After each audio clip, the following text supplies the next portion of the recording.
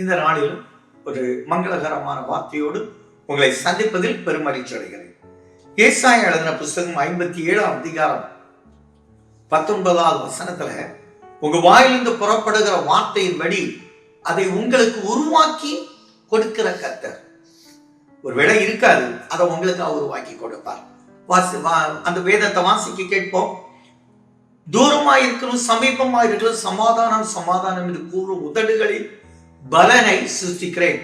உங்க வாயிலிருந்து என்ன வார்த்தை நீங்க சொல்றீங்களோ அந்த வார்த்தையினுடைய பலனை, அதை இருக்காது, இல்லாம கூட இருக்கும், அதை சிருஷ்டித்து கொடுப்பார். ஆதி ஆமத்துல எல்லாத்தையும் உருவாக கிடவுதுன்னு சொன்னார். ஆனா மனுஷன் மட்டும் சிருஷ்டித்தார். ஏன்னா அவன் இல்லை, அவனை ஒரு விலையேற பெற்றவனாய். அதனால்தான் உங்க வாயிலிருந்து புறப்படுகிற வார்த்தையின்படி ஒருவேளை இருக்காது, சிருஷ்டித்து கொடுப்பார்.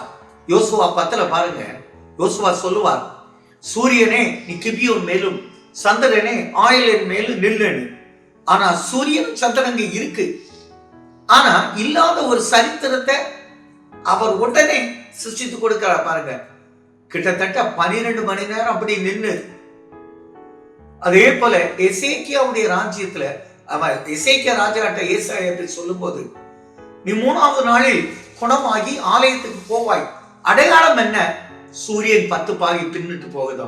சரித்திரத்துல இல்லைங்க, பின்னால போறது, ரிவர்ஸ் பண்ணாரு. இல்லாததை உருவாக்கி கொடுத்த கர்த்தர். பேதுரு யோவானும் ஆலயத்துல போகும்போது அந்த முடவனை பார்த்து இயேசுவின் நாமத்தில் எழுந்து நடன்னு சொன்ன போது, சுருக்கி போன அந்த கால்களும் கரடுகளும் கைகளும் அப்படியே சரியானதே. அப்படி ஒரு அதே போல உங்க வார்த்தையின்படி ஆண்டவர் உருவாக்கி சிருஷ்டித்தே தருவார். இல்ல அந்த பலனை அனுபவிப்பீங்க.